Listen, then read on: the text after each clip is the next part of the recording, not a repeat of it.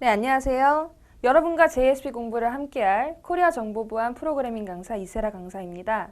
자, 오늘 JSP 제1강부터 시작을 해서요. 한 강 한 강 차근차근 우리만의 웹페이지를 한번 만들어 볼까 합니다. 자, 그래서 오늘은 특별히 JSP에 대한 기본 개념 이외에도요. 우리가 자바에서는 차마 공부하지 못했던 네트워크에 대한 기본 기초, 기본 개념에 대해서 한번 같이 볼까 합니다. 그래서 가장 먼저 찾아볼 친구가 바로 www라고 하는 이 녀석인데요. 우리가 네이버 아니면 구글 이런 곳에 접속을 할 때는 우리 주소창에 늘 먼저 치던 것이 바로 www라고 하는 단어였잖아요. 자, 그거의 원래 의미는 사실 이제 월드 와이드 웹이라는 의미도 가지고 있고, 그리고 이 부분을 한번 보시면은 네트워크를 통해서 정보를 공유할 수 있는 범세계적 정보 검색 시스템이라는 의미입니다. 자, 근데 이제 이렇게 얘기를 하면 사실 너무 어렵게 느껴질 수도 있어서 이제 제가 한번 다시 설명을 해드릴게요. 자, 원래는 네트워크라고 하는 기본 개념은요, 어떠한 컴퓨터들이라 이제 여기가 내 컴퓨터라고 가정을 해보면 다른 컴퓨터와 함께 이제 데이터를 주고받을 때 사용되는 게 이제 네트워크라는 개념이잖아요. 근데 이게 기술이 계속 이제 발전하다 보니까 이러한 통신, 이러한 이제 개념들이 이런 식으로도 이루어지게 되어 있고, 그리고 이게 이제 좀 범세계적으로 넓어져서 이게 어쩌다 보니까 거대한 거미줄처럼 이제 거대한 그물망이 형성이 되더라라는 거예요. 그랬을 때 이게 이제 지구촌 전체에서 이제 하나의 망이 생겼다라는 의미로 요거를 바로 월드 와이드 웹이라고 표현을 하기로 했습니다. 그래서 얘는 이제 줄여서 W가 3개다라고 해서 얘를 이제 W3라고도 표현을 하고, 그리고 줄여서 그냥 웹이라고도 표현을 하게 되었죠. 그래서 이제 우리가 www.naver.com이라고 쓰는 이유는요. 내가 naver.com이라고 하는 사이트에 접속을 하기는 할 건데, 그걸 이제 어디를 통해서 바로 이 월드 와이드 웹이라고 하는 요 그물망을 통해서 내가 naver.com에 접속하겠다라는 의미로 사용이 되었던 겁니다. 그래서 요런 단어 한 번쯤 이제 눈에 익혀보시라고 제가 한번 소개를 해드렸고요. 그리고 다음으로 좀 넘어가서요. 자, 그 다음에 나오는 게 이제 HTTP라고 하는 통신 프로토콜입니다. HTTP도 사실 많이 봐왔었어요. 근데 여기에서 보면은 바로 우리가 www 상에 있는 어떠한 이제 네트워크를 하기 위해서 사용되는 통신 규약 중에 하나다라고 하는 게 이 HTTP 통신 프로토콜입니다. 근데 이 프로토콜이라는 말을 아마 들어보신 분도 계실 거고 처음 듣는 분도 계실 거예요. 이게 이제 간단하게를 말하면 이제 규약 혹은 약속이라는 표현이잖아요. 자, 예를 들어서 나 혼자 인생을 살 거면은 언어나 대화 같은 게 필요 없어요. 그냥 나 혼자만 잘 먹고 잘 살면 돼요. 근데 그러다가 아무래도 내가 어떠한 대상과 의사소통을 해야겠다라고 한다면은 우리가 한국말이라든지 아니면은 영어라든지 이러한 이제 의사소통 수단이 필요한 거잖아요. 마찬가지로 내 컴퓨터 혼자서 북치고 장구치고 할 거면 상관이 없지만 다른 컴퓨터와랑 의사소통을 하기 위해서는 어떠한 규약, 어떠한 약속된 이제 통신 체계가 필요하다라는 거예요. 그게 이제 상당히 여러 가지가 있습니다만 그 중에서 하나가 바로 이 HTTP라고 하는 요 규약이에요. 그래서 얘는 하이퍼텍스트 트랜스퍼 프로토콜이라고도 얘기를 하지만요. 그냥 이 자세한 얘기는 우리가 나중에 HTML이라고 하는 파트에서 자세히 볼 거고, 그냥 단순하게는 그냥 내가 www.naver.com을 가든지 www.google.com에 가든지 그럴 때 이제 이 HTTP라고 하는 통신 프로토콜을 사용해서 이제 상대 네이버나 구글과 통신할 거다라고 생각을 하시면 되겠습니다. 그런데 그래요. 일단은 한번 쭉 읽어볼까요? 자, 여기 HTTP 통신의 특징을 보면은 여기 일단은 서버 클라이언트의 관계를 가지고 있다. 이렇게도 말이 나오고, 그리고 리퀘스트 리스폰스 방식의 통신 규약이다. 뭐 이런 말도 나오고요. 그리고 주고받을 때 서로 통신을 할 때는 이제 HTML 문서를 통해서 통신을 한다. 그리고 포트 번호는 80번을 사용한다. 뭐 이러한 등등등 여러 가지 특징이 있는데 요것도 한번 간단하게 훑고 가볼게요. 네. 자, 세상의 모든 사이트는요. 반드시 누군가는 클라이언트 역할을 하고 누군가는 서버의 역할을 하게 됩니다. 그래서 대표적으로 클라이언트라고 하는 것은 이제 우리 웹사이트를 접근하는 방문자, 즉 사용자들을 클라이언트라고 얘기를 하고요. 그리고 서버라고 하는 것은 그 웹사이트의 웹페이지를 제공해 주거나 아니면은 이제 그 서비스 자체를 제공한다든지 자원을 제공한다든지 이러한 이제 제공자 역할을 하는 것이 서버라고 하는 컴퓨터인데 자, 여기가 이제 클라이언트라고 가정을 해볼게요. 사용자 그리고 서버를 한번 생각을 해보죠. 자, 그랬을 때 리퀘스트랑 리스폰스라고 하는 개념에 대해서 살펴볼 건데 여기서 리퀘스트라고 하는 거는 요청이라는 의미를 가지고 있고 그리고 리스폰스라고 하는 거는 응답이라는 의미죠. 그랬을 때 이제 여기서 처음에 어떠한 이 서버를 예를 들어 네이버라고 가정을 해보면 이제 클라이언트를 이제 나라고 표현을 할게요. 자, 예를 들어서 내가 이 네이버닷컴의 대문 페이지를 보고 싶어요. 그러면은 가장 먼저 우리가 URL에다가 www.naver.com이라고 이제 주소창에 주소를 검색하고 엔터를 딱 치죠. 그러면은 가장 먼저 자, 클라이언트 입장에서 서버로 나 너네 사이트 대문 페이지가 보고 싶어 라는 의미로 request라고 하는 이제 메시지가 전달이 돼요. 그러면은 서버 입장에서는 요청이 들어왔기 때문에 그 요청에 대한 응답을 해줘야 됩니다. 그랬을 때 이제 돌아오는 이런 응답을 이제 response라고 얘기를 합니다. response. 그래서 여기에서 반드시 클라이언트 서버의 구조에서는요. 클라이언트가 먼저 요청을 보내면 반드시 서버는 그 요청에 대한 응답을 보내주게 되는데 이제 이거를 이제 request response 방식이라고 표현을 합니다. 그랬을 때 여기에서요. 이런 단어가 나와요.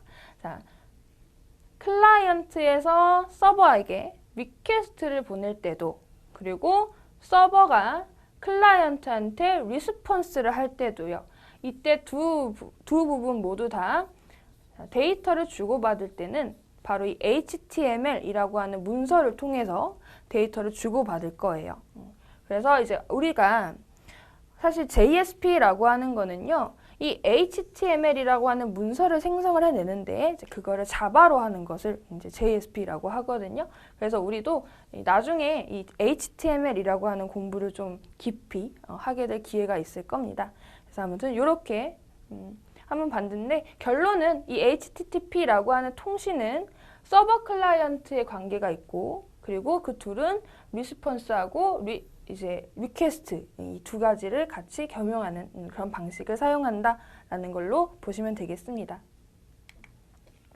자, 그다음에 이제 URI 혹은 이제 URL이라는 이런 단어도 이제 우리가 공부할 때 많이 나오는데 예를 들어서 이제 URL이라고 하는 거, URI라고 하는 거 이거 모두 다 그냥 주소예요.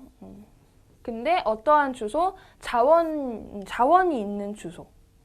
자, 이제 그게 무슨 얘기냐면 우리가 서버랑 클라이언트랑 데이터를 주고받을 때 쓰는 게 이제 HTML 문서다라고 얘기를 했잖아요.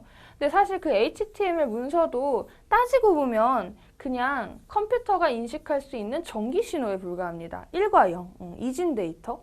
근데 얘네들은 아무래도 전기 신호다 보니까 자, 이 문서가 사실은 컴퓨터, 하드웨어 어딘가에 존재할 거란 말이에요. 그랬을 때 보통은 이 HTML 문서를 보관하고 있는 곳이 바로 서버다라는 거죠. 그러면 여기에서 어떠한 클라이언트가 있어요. 클라이언트가 내가 이 페이지를 보고 싶어 라고 했을 때는 이 페이지의 위치를 직접 찾아갈 수 있어야 된단 말이죠.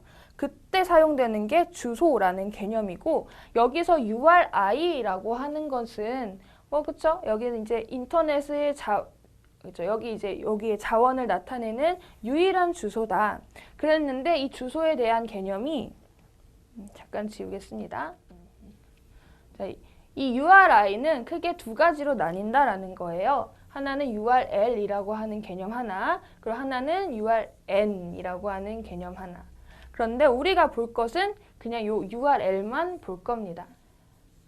그래서 참고로 URN이라고 하는 이 개념은요, 오늘날에는 이제 소규모 네트워크에서 주로 사용되는 그런 개념인데, 우리는 이제 굳이 이거를 공부하지 않을 거예요. URL만 보겠습니다. 여기서 이제 Uniform Resource Locator라고 하는 이 URL이라고 하는 개념은 사실 우리가 한두 번 본 게 아니에요. 여기 지금 보면은 형식을 한번 보면 뭐 이렇게 생겨 먹은 게 URL 표기 방법이다라는 얘기인데 그래요. 여기서 한번 볼까요? 자, 일단은 URL 표기 방식은 가장 먼저 프로토콜이라는 게 먼저 나오고 그 다음에 땡땡 해놓고 슬래시 2개 해놓고 그 다음에 호스트명 그리고 이제 상세 주소 이렇게 구현이 되어 있습니다. 이런 표기 방식을 URL 표기라고 하는데요. 그러면은 여기에서는 우리는 어떤 걸 많이 사용을 할 거냐면 HTTP라는 프로토콜을 사용하겠다. 그리고 접근할 자원은 뭐 예를 들어서 뭐 www.google.com이다. 그리고 여기에 하위 개념으로 이제 어떠한 디렉토리라든지 어떠한 이제 폴더 이름을 쭉 써가면서 html 이제 이런 식으로 어떠한 특정 페이지에 접근을 할 거예요. 자, 그런데 여기에서 보통은 그렇죠. 이렇게 도메인이라고 하죠. 자, 도메인이라는 이런 단어를 통해서 접근을 하는 방법이 있는데 한 가지의 방법이 더 있어요. 우리한테는 익숙하지 않지만 그 IP를 통해서 IP라고 하는 거는 어떠한 이제 컴퓨터의 물리적인 위치를 말하는데 아까 뭐 그런 얘기를 했었죠. HTML 문서는 결과적으로는 서버 컴퓨터에 들어있다라고 했을 때 내가 이 HTML 문서에 찾아가려면은 이 서버를 통해 서버를 먼저 찾아가야 된다라는 얘기예요. 그랬을 때 이 서버가 IP를 물론 가지고 있을 거예요. 뭐 예를 들어서 뭐 8.8.8.8 이라는 이런 IP를 가지고 있을 때 내가 어떠한 웹페이지, 뭐 이러한 웹페이지에 내가 접속을 할 때는 가장 먼저 이 서버에 IP를 먼저 치고 그 다음에 뭐 거기에 어떤 폴더에 뭐 어떤 폴더에 뭐 .html 이런 식으로 이제 하위 주소를 쭉 이제 써 내려갈 거예요. 그래서 두 가지 방식이 있다. 첫 번째는 도메인으로 접근하는 방식, 그리고 두 번째는 IP로 접근하는 방식.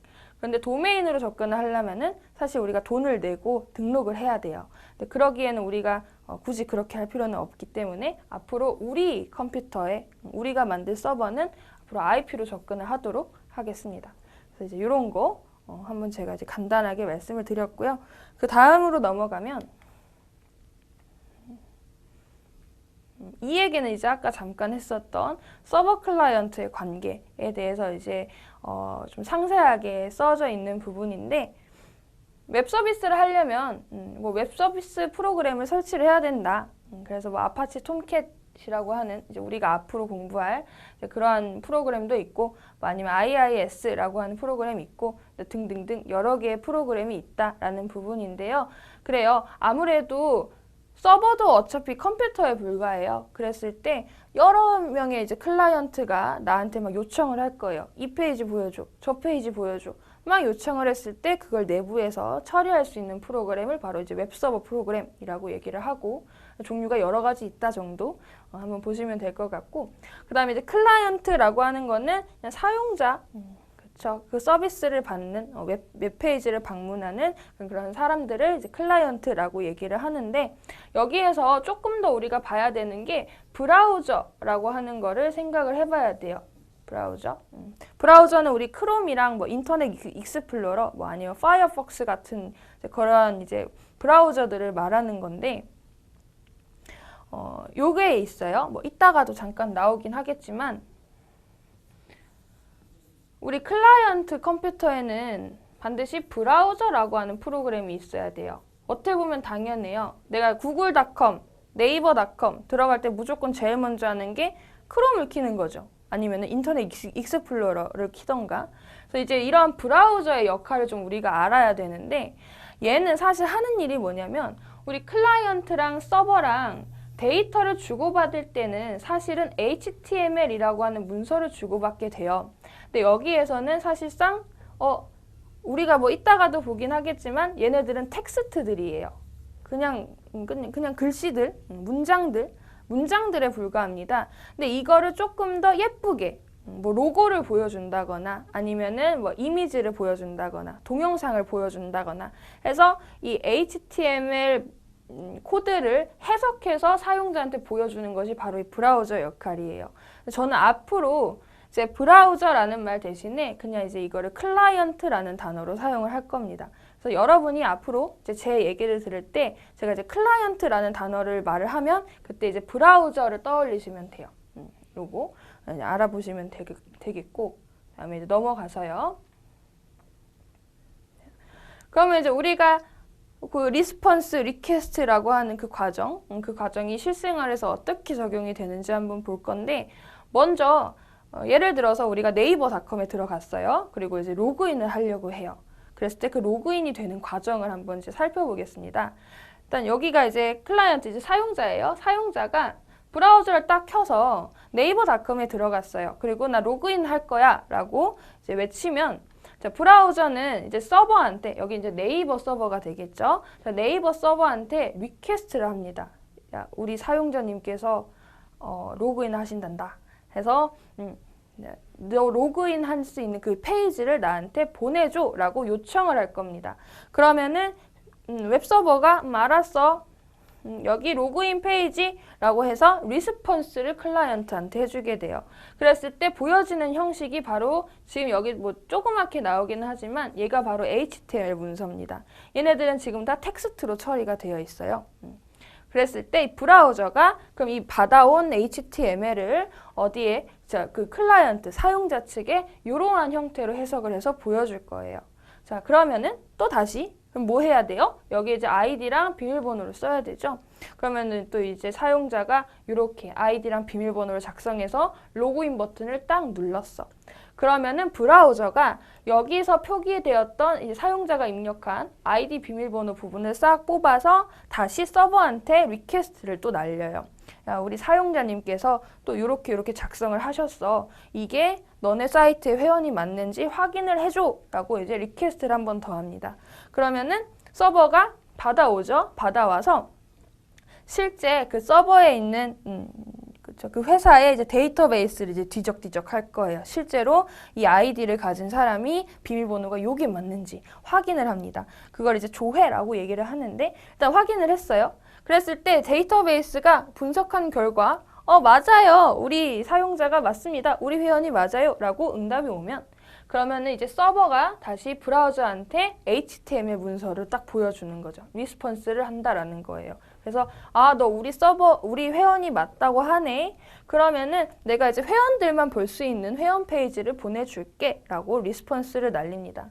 그러면은 이제 브라우저가 이제 그 아까 받아왔던 그 이제 HTML 문서를 또 이제 해석을 하는 거죠. 이런 식으로 뭐 알림 창도 있고 뭐 어쩌저쩌고 뭐 이런 것도 띄이고 해서 이제 예쁘게 해석을 한 다음에 그다음에 클라이언트한테 보여주는 거. 이렇게가 이제 로그인부터 해서 로그인이 성공된 이제 이러한 과정을 리퀘스트 리스폰스 방식으로 한번 제가 쭉 설명을 해드렸습니다. 그래서 요런 과정을 우리가 좀 늘 생각을 해 주셔야 돼요. 앞으로 우리가 배울 게 그리고 앞으로 우리가 만들어낼 게 바로 이러한 과정이기 때문에 한번 눈에 한번 익혀보시고 자, 그랬을 때 이제 우리가 뭐 프론트엔드 개발 그리고 백엔드 개발이라는 좀 단어도 한번 알고 이제 갔으면 좋겠어요. 일단 여기 클라이언트가 있고 그리고 실제 브라우저가 있고요. 그리고 이제 서버가 있고 데이터베이스 이런 식으로 이제 구조가 잡혀 있을 때 프론트엔드라고 하는 것을 이제 직역을 하면 앞단이라는 의미예요. 앞단. 그리고 백엔드는 뒷단이라는 표현입니다. 그래서 앞단은 사용자한테 보여줄 부분. 그래서 예를 들어서 디자인이라든지 아니면은 얼마나 이제 예쁘게 뭐 구조들을 배치를 하는지 이제 이러한 것들, 그래서 디자인 쪽을 이제 프론트엔드 개발이라고 얘기를 합니다. 그리고 반대로 뒷단에서 우리가 아까 잠깐 봤지만 뭐 뒤에서 막 DB를 막 뒤적뒤적하고 그리고 사용자한테 어떠한 페이지를 보여줄지 이제 이러한 과정들, 내부에서 구현되는 로직들은 바로 이제 백엔드라고 표현을 해요. 그래서 우리가 배울 JSP는요, 사실은 이 백엔드 개발입니다. 그래서 우리는 이 앞에 디자인은 얼마나 예쁘게 할 거냐 이런 것보다는 뒤에 이제 로직들을 어떻게 효율적으로 수행을 시킬 거냐 이제 이러한 공부를 할 거예요. 그래서 이제 뭐 프론트 엔드는 이제 HTML 그리고 자바스크립트 그리고 CSS라고 하는 스크립트 언어로 이제 디자인을 한다 보시면 되고, 그다음 백엔드 같은 경우에는 여기 나오는 이제 자바가 이제 바로 이제 JSP예요. JSP뿐만 아니라 뭐 파이썬으로도 백엔드 구현할 수 있고, 그리고 루비 온 더 레일즈라고 하는 요 루비를 사용해서도 뭐 구현할 수 있고, 아니면 ASP.NET이라든지 PHP라든지 아니면 Node.js라든지 이러한 이제 여러 가지 백엔드 개발 언어도 있다라는 거 한번 구경 한번 해봅시다. 그래서 여기까지 이제 우리가 기초 네트워크가 무엇이냐, 아니면 이제 웹이라고 하는 게 무엇이냐, 간단하게 중요한 것만 살펴봤어요. 자, 그 다음에 이제 JSP란 무엇인가 한번 볼 건데, JSP라고 하는 거는 자바 서버 페이지의 약자입니다. 여기서 자바라는 말만 다 나오면 좀 반갑죠. 그래서 여기에서 JSP라고 하는 거는 내가 페이지를 만드는데 서버단에서 동작하는 페이지를 만드는 거예요. 즉 백엔드, 뒷단에서 동작하는 페이지를 만드는데 뭘로? 자바로 만드는 거다라는 의미를 가지고 있어요. 그래서 얘는 여기 한번 읽어보시면요, HTML이라는 이제 문서, 웹페이지가 될 거예요. 웹페이지 안에 자바 코드, 우리가 이제 늘상 사용해왔던 자바 코드를 이제 삽입하는 기술을 JSP 기술이라고 얘기를 합니다. 그러면은 이 HTML 문서를 이제 자바를 통해서 막 코드를 자동으로 수정을 시킨다거나 아니면은 뭐 예를 들어 뭐 사용자가 입력한 값이 무엇이냐에 따라서 되게 이제 다양한 형태의 HTML 명령을 이제 생성을 시킨다거나 등의 약간 이제 동적으로 페이지 제어를 할 수가 있게 됩니다. 아무튼 JSP는 그냥 간단하게 내 HTML 문서 안에 자바를 넣는 거다라고 보시면 되겠습니다. 네, 여기까지 JSP 제1강 JSP란 마치겠습니다. 자, 우리 제2강에서 만나겠습니다.